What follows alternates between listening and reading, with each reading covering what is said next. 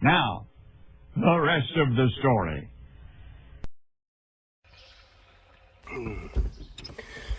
Well, here we are. I don't know how many of you care to hear the initial 4640 starting for planting, but we put 15 acres of beans in the other day, but we're fixing to go today. And it seems how Dad's already running. And the planter is hooked up and ready to roll.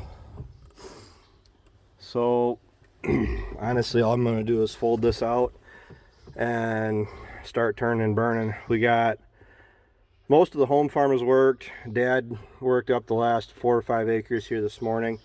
That's going to dry out a little bit. We have our first sunshine in like 8 days, like first real sunshine.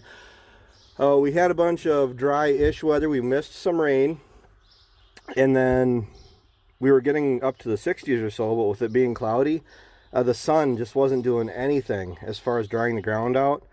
And that's really what's been keeping a lot of guys, I'm figuring, sitting on their hands, because I'm really not seeing much of anybody running. I'm almost certain everybody and their neighbors are going to be running today. So let's fire up. Air compressor running because it's on the key switch, and that is down to 0. The tank, you can see, is gradually picking up. That'll shut off once it gets to pressure.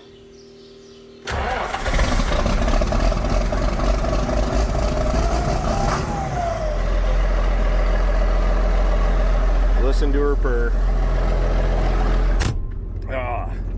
You know, it's not quite a feeling like getting into a nice, clean, windows washed cab. I'm not going to turn the monitor on until I get outside, because I really do love the ag leader monitor. But one thing you got to keep in mind is, especially with your globes and everything, it's finding its satellite signals.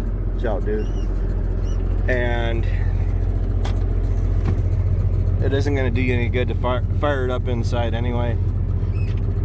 So once you pull it out, it can warm up, get its signals, and be ready to go. Now I'm going to be pretty gentle with the planter, because it is full of seed, and folding it, unfolding it, full of product. I can be kind of rough on it, and not having any issues, planting delays. Seems how we're on the 7th of May, which we're really not that late. And what I've been telling myself and everybody around me is, if it makes you feel better, we're not planting any earlier than last year. I think everybody will say we were done the last year or two by now, before we even really started. But just because you had all your crops planted 2 or 3 weeks ago, it wouldn't have done you any good, because they'd still be laying in the ground. Those first 15 acres of beans I planted, they're doing some moving, but they're not out of the ground yet. So as long as the ground doesn't crust over and create an issue there, because today is Saturday. Today is Saturday. It's looking like it's going to be run, and basically all the way until we're finished, unless they add a bunch of rain, because they pulled the 1 day of rain out on Wednesday. And if I can go through about 4 days putting the beans in, and then switch over and start slamming the corn in the ground, I won't hesitate to do it. So I'm gonna get going.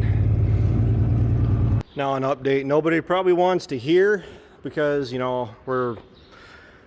stopped for rain, and I haven't really shown anything of the actual planting. And we're about over 150 acres in on beans. We got about 2 days of running to go yet, and beans will be done. And I'm just going through, fixing up some stuff, potential problems. Broken fertilizer line. Got to go through and cut that cable tie back. And I ended up finishing up the last 1.5 acres beans yesterday to at least get that field done in mud. Probably the only downside to the reveal system I've seen so far, and it's not enough to make me say, oh my gosh, they're terrible. When you get into the kind of ground I was in, which it was corn that had been knocked down, created a mat of material, and resulted in the ground not wanting to fully dry out. So once you went through this mode of action, which is pulling the corn stalks and the residue back, which does a wicked job of, by the way, it comes back, and then your next mode of action is this wheel. This wheel helps keep the row cleaners at the proper height, at a steady, consistent height.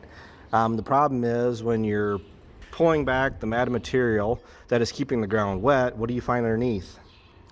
Wet mud, wet dirt. And these rubber wheels ended up picking up the mud, the wet soil, which granted I felt terrible for having to plant in those kind of conditions, but with the cards we had laid out for us, I didn't have another choice because we didn't have any other options planting into this material. It was disc last fall, and it was plant into it or not. And what happens is this fills up full of mud, and there's not really much I can't get my finger down through there, clearance down in here. So what happens is then the mud, as you can see right here from me cleaning the wheels out already, I mean, this is what happens. And this packs solid. Okay, so when this packs solid, it acts like a brake for that wheel. All right, so then what happens is the wheel quits moving, but the rest of the planter is still running at 5 miles an hour.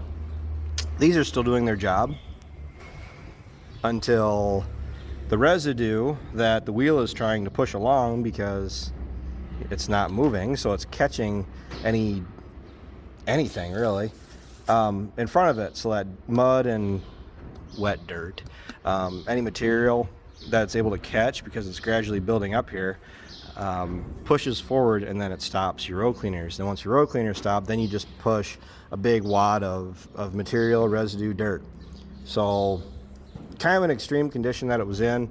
Not like I'm upset about it. I mean, it just made planting it a little bit more of a challenge, which I'm not sure what I got my arm into.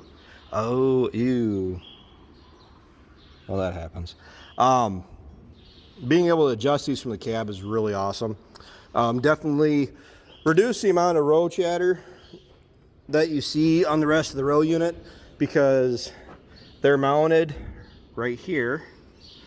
So the rest of the row unit and these parallel arms and whatnot are removed from the situation of these going across the ground like this, and it actually smooths the dirt out, because with your airbag pressure, that is pushing down, firming out the soil before it hits the row cleaners, and then the row cleaners, the row cleaners ride so much smoother.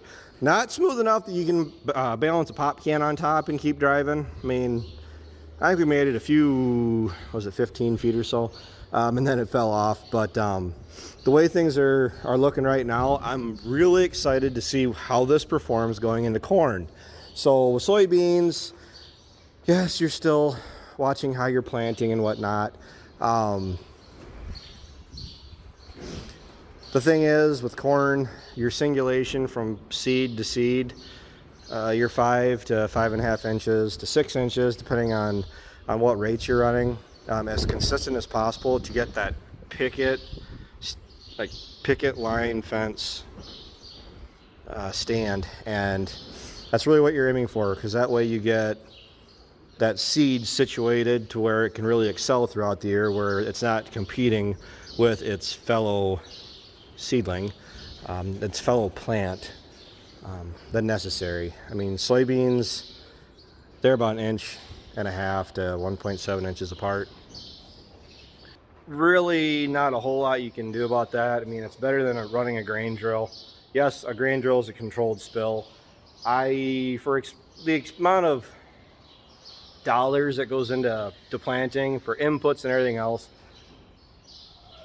I want to make sure everything is being put in the ground as close to perfect as possible. When I say that, I'm going to finish this video up quick because I'm done for the day. They're calling for severe storms tonight.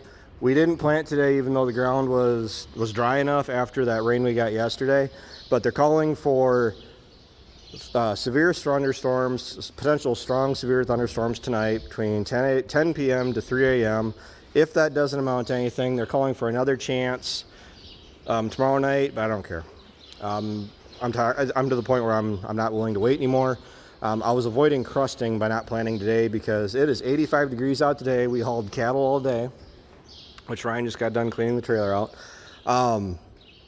When you go through on worked ground, hit it with the VT, you plant it, you harrow it. But the reason we harrow it is to help smooth any ridges off. Really makes an improvement on when you're trying to harvest it in the fall. At least that's how we feel. You're pulling less dirt into the $100-some thousand worth of equipment we just bought. Then what happens is if you get a really heavy downpour, like a really hard rain on top of your freshly planted ground, and then it gets really warm out, like 80s, like they're calling for the next week, then you get a crust about that thick, and you got to worry about whether or not that new seedling is going to be able to get out of the ground. And I am very anti-replant, so I want to do this once and do it right the first time and not try to go through and replant it, because that's essentially just a salvage operation. The wheels, no, I'm sorry, not the wheels. The waves, they work great. They work as they're supposed to. The only downside to them currently is because I'm setting the seed in the ground at 1.5 inches down, which is 1.5 inches. Well, the problem is, by design, when you're only running 1.5 inches in the ground, there really isn't a whole lot of area on this wave to really push the soil over. And it is still doing its job with the soybeans. Granted, it's doing as good of a job as it's able to do with with the kind of situation we're putting it through, but it still works. And then we are going through and harrowing on the majority of our ground. We do have no-till beans. This actually made a significant difference on our no-till beans as far as getting that bean covered. So if it does get hot and dry and it bakes the soil and the soil crusts back open, you'd run less of a risk of that soybean seed being exposed. Now when I drop this down to 2 inches down, that's another 1/2 inch of this wave hitting the ground, being exposed to the dirt, and it's moving that much more soil over on top of your corn seed, which I'm really looking forward to seeing. I mean, it's the way things are playing out, it's worth the risk, right? So I gotta go. I'm gotta finish up here so I can get going. Hopefully we can finish planting beans the next day or two. We'll see how that plays out. I'll try to get the camera up in the cab with me. It's just that when I was running the other day here, which was what, 2-3 days ago, more or less just tunnel vision focused on getting done with planting beans, because we're already getting late. Not super late, but I'd rather be putting corn in right now, not soybeans. And the later you get into May with the kind of maturity corn we plant, you run the risk of it being too wet this fall. So I'll talk to you guys later.